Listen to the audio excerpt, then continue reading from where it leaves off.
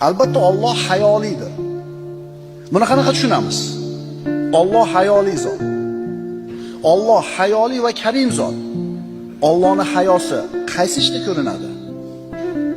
Agar banda ikki qo'lini ko'tarib, "Ya Rob" deb hojatini so'rasa, qo'lini quruq qaytargani hayo qiladi dedi payg'ambarimiz sollallohu alayhi vasallam.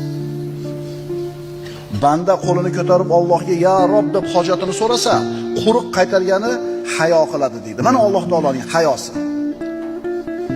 Yana birodarlar aytiladiki, hayo hayotdan, ya'ni tiriklikdan. Qalbida hayosi bor odam, demak tirik odam. Endi qalbida hayosi bo'lmagan odam o'lik odam. Hayo tirik qalb, behayolik o'lik qalb.